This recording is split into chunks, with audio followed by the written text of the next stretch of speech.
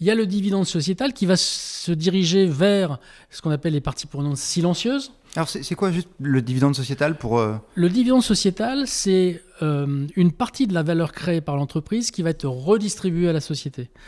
Pourquoi redistribuer à la société ? Parce que finalement... La société au sens large ou la société d'entreprise ? C'est pour ça qu'en fait, le dividende sociétal, on peut le dénommer de trois manières. Premièrement, il y a le dividende social.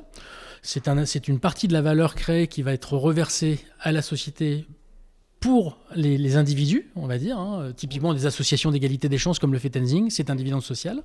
Il y a le dividende écologique, c'est ce qu'a mis en place la Maïf, pour faire en sorte de redonner une partie de la valeur créée par la Maïf vers des causes écologiques, soutien à la biodiversité, soutien à la rénovation thermique, etc. Et puis il y a le dividende sociétal qui consiste à soutenir des investissements au niveau de la société pour avoir une société plus durable.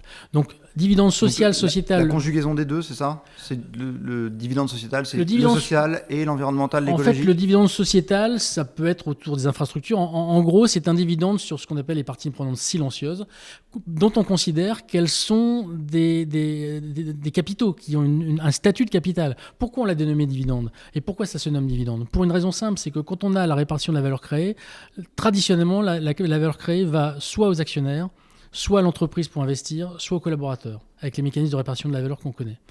Demain, on se dit, et il manque dans ces parties prenantes le fait d'inscrire l'entreprise dans la société, trouver sa place dans la société, qu'elle prenne conscience qu'elle utilise un capital qui s'appelle l'environnement.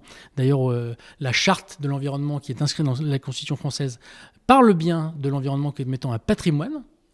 Et puis on a le social qui est en gros tout l'environnement social que l'on utilise avec les infrastructures d'éducation, etc., qui sont deux parties prenantes silencieuses qui entrent en termes de patrimoine dans la construction de la valeur de l'entreprise et qui donc nécessitent qu'on les rémunère au même titre que l'actionnaire ou les autres parties prenantes.